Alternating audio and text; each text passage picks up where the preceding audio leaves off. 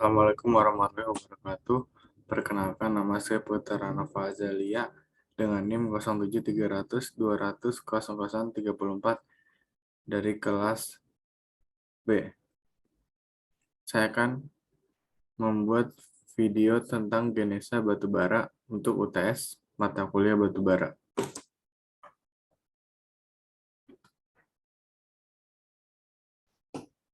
Batubara adalah batuan sedimen padatan yang dapat terbakar berwarna coklat sampai hitam yang selanjutnya terkena proses fisika dan kimia yang berlangsung selama jutaan tahun sehingga mengakibatkan pengkayaan kandungan karbonnya.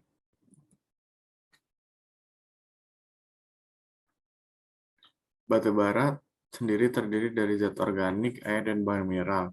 Untuk menjadi batu bara, ada beberapa tahapan penting yang harus dilewati oleh batuan dasar pembentuknya. Tahapan penting tersebut yaitu tahap pertama adalah terbentuknya gambut, yang merupakan proses mikrobial dan perubahan kimia. Serta tahap berikutnya adalah proses yang terjadi dari perubahan struktur kimia dan fisika pada endapan pembentukan batu bara.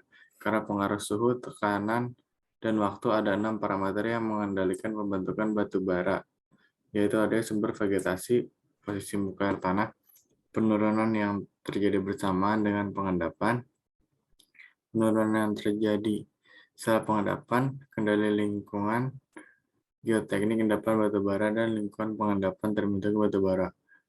Model geologi untuk pengendapan batu bara menerangkan hubungan antara genesa batu bara dan batuan sekitarnya baik secara vertikal maupun lateral pada suatu cekungan pengendapan dalam kurun waktu tertentu.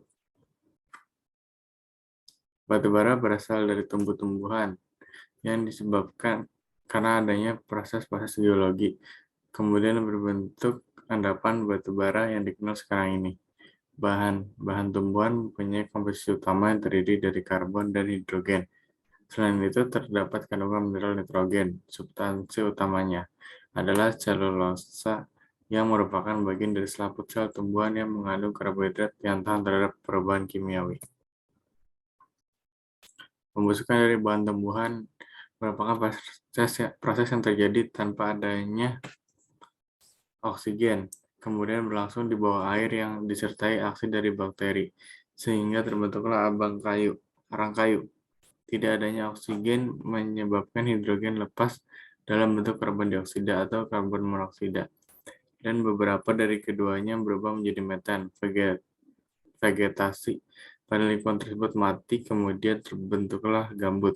Kemudian gambut tersebut mengalami kompresi dan pengendapan di antara lapisan sedimen dan juga mengalami kenaikan temperatur akibat geothermal gradient. Karena banyaknya unsur oksigen dan hidrogen yang terlepas, maka unsur karbon relatif bertambah yang mengakibatkan terjadi lime atau brown coal.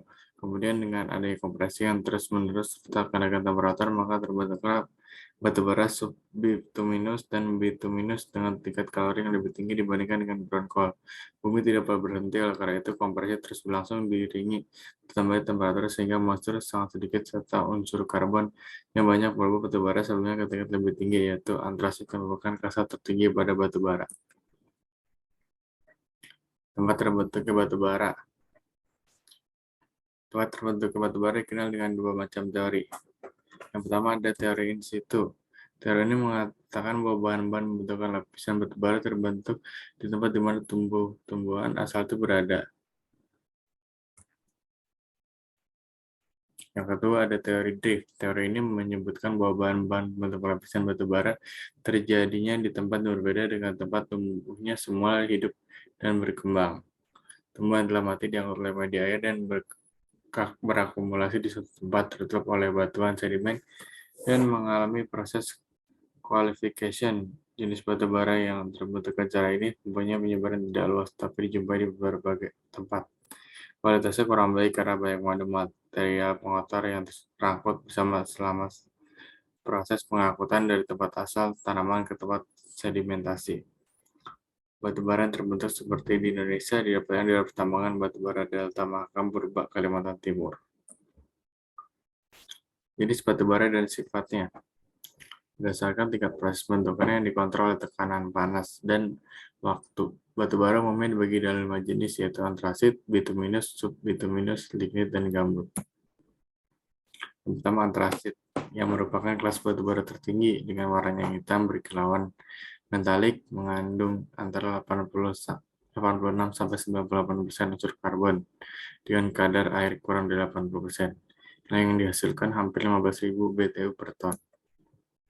Yang kedua ada bituminus.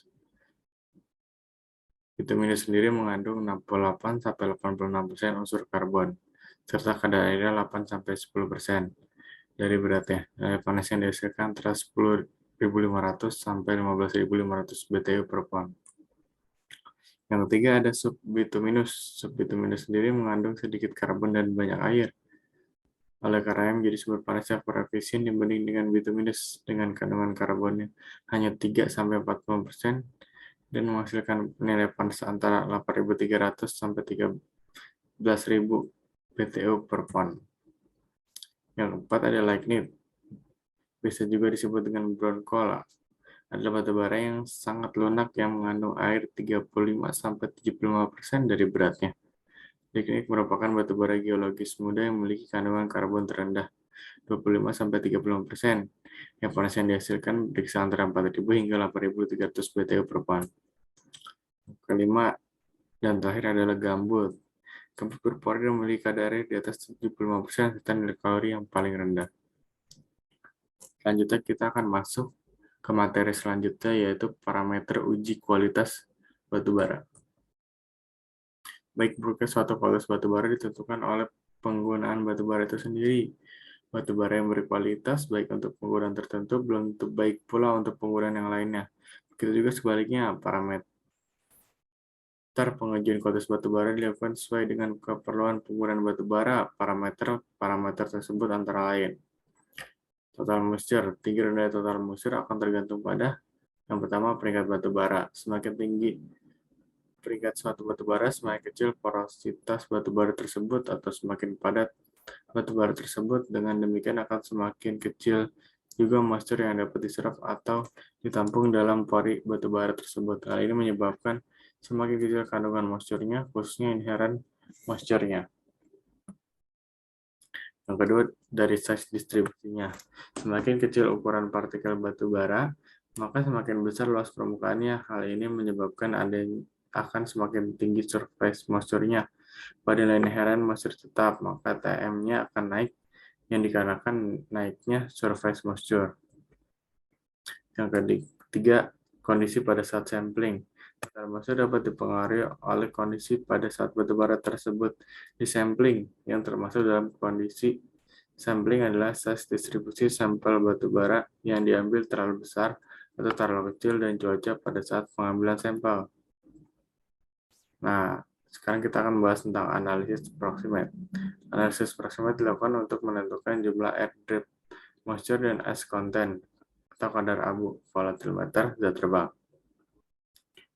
Yang pertama moisture, kadar kelembapan. Hasil analisis untuk kelembapan terbagi menjadi free moisture dan inherent moisture. Jumlah dari keduanya disebut dengan total moisture. Kadar kelembapan mempengaruhi jumlah pemakaian udara primernya. Batu bara berkadar kelembapan tinggi akan membutuhkan udara primer lebih banyak untuk mengeringkan batu bara tersebut pada suhu yang ditetapkan oleh output pulverizer.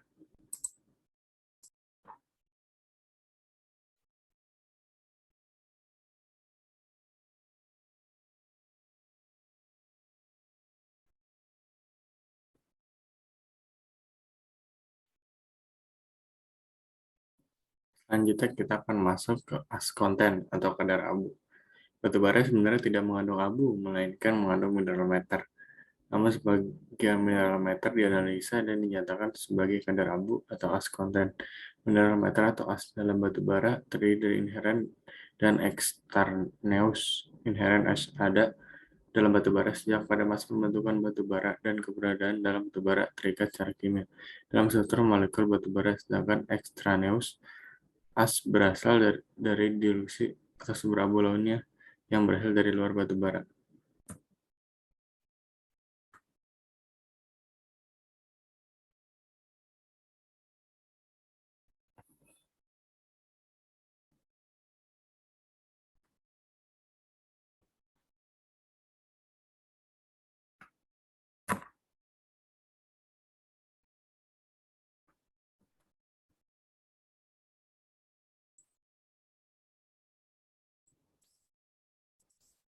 Selanjutnya kita akan masuk ke volatilometer atau zat terbang. Volatilometer atau zat terbang itu sendiri adalah bagian organik batubara yang menguap ketika dipanaskan pada temperatur tertentu.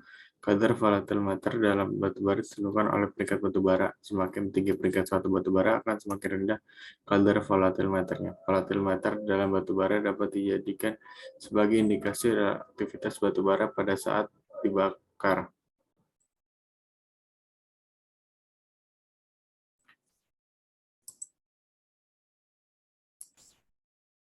Selanjutnya kita akan membahas tentang analisis ultimate. Analisis ultimate dilakukan untuk menentukan jumlah karbon C, hidrogen H, oksigen O, belerang S. Analisis ultimate digunakan untuk mempermudah penentuan reaksi terjadi dan perhitungan raca panas atau heat balance.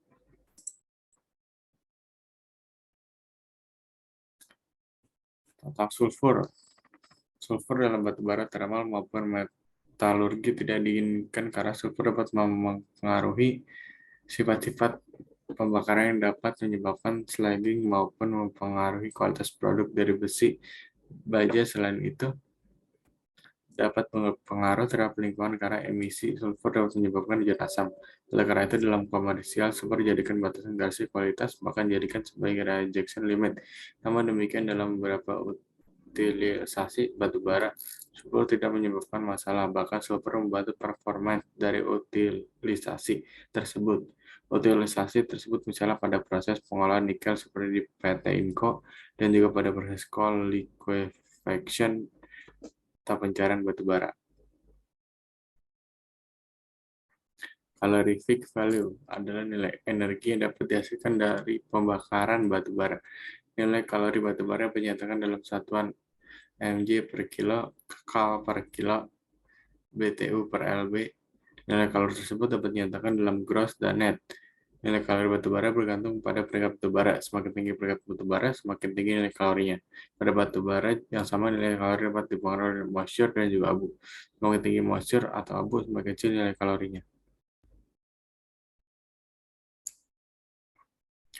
Hartgrove Grindability Index atau HGI. HGI adalah salah satu sifat fisik dari batu bara yang menyatakan kemudahan batu bara untuk dipulveris sampai ukuran 200 ms atau 75 mikro. Nilai HGI dari batu bara ditentukan oleh organik batu bara, seperti jenis makeral dan lain-lain. Secara umum, semakin tinggi peringkat batu bara, maka semakin rendah HGI-nya. Namun hal ini tidak terjadi pada bituminous yang memiliki sifat cooking, di mana untuk jenis batu bara ini HGI-nya tinggi sekali, bahkan bisa mencapai lebih dari 100. Nilai HGI juga dapat dipengaruhi oleh dilusi abu dari penambangan. Secara umum, penambangan abu dilusi dapat menaikkan nilai HGI. Nilai HGI juga dapat dipengaruhi oleh kandungan moisture. Nah, berikut ini adalah beberapa parameter dalam pengukuran kualitas batu bara. Yang pertama ada kadar air lembab, yaitu kandungan air bawaan setelah contoh dikondisikan di ruang pengujian laboratorium. Yang kedua ada kadar abu. Kadar abu adalah zat organik yang dihasilkan setelah batu bara dibakar. Kadar abu dapat dihasilkan dari pengotoran bawaan dalam proses pembentukan batu bara maupun pengotoran yang berasal dari proses penambangan. Yang ketiga ada zat terbang. Kadar zat terbang adalah zat aktif yang menghasilkan energi panas apabila batu bara tersebut dibakar. Umumnya terdiri dari gas-gas yang mudah terbakar seperti hidrogen, karbon monoksida, dan metan. Volatilometer sangat erat kaitannya dengan rangka batu bara. Makin tinggi kandungan Fm, makin rendah kelasnya dalam pembakaran batu bara. Dengan volatilometer tinggi akan mempercepat pembakaran karbon tetap atau fixed carbon. Sebaliknya, bila Fm rendah mempersulit proses pembakaran.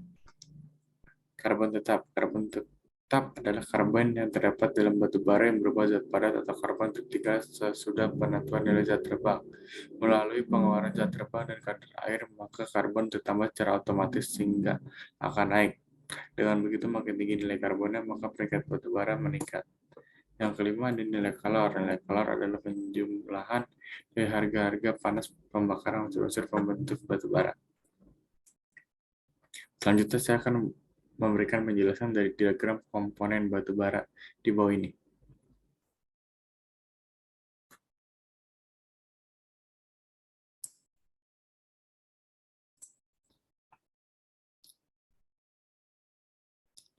Pertama, as reservoir adalah suatu analisis yang didasarkan pada kondisi di mana batu bara diasumsikan seperti dalam keadaan diterima. Yang kedua, air depth base atau ADB adalah suatu analisis yang dinyatakan pada basis contoh batu bara yang kandungan air dalam kesetimbangan dengan atmosfer laboratorium. Yang ketiga, the dry base DB adalah suatu analisis yang didasarkan pada kondisi di mana batu bara diasumsikan bebas air total. Yang keempat, ada dry as free. DF adalah suatu analisis yang dinyatakan pada kondisi di mana batu bara diasumsikan bebas air total dari kadar abu. Yang kelima, ada dry mineral matter free. DMMF adalah suatu analisis yang dinyatakan pada kondisi di mana batu bara diasumsikan bebas air total dan bahan minim.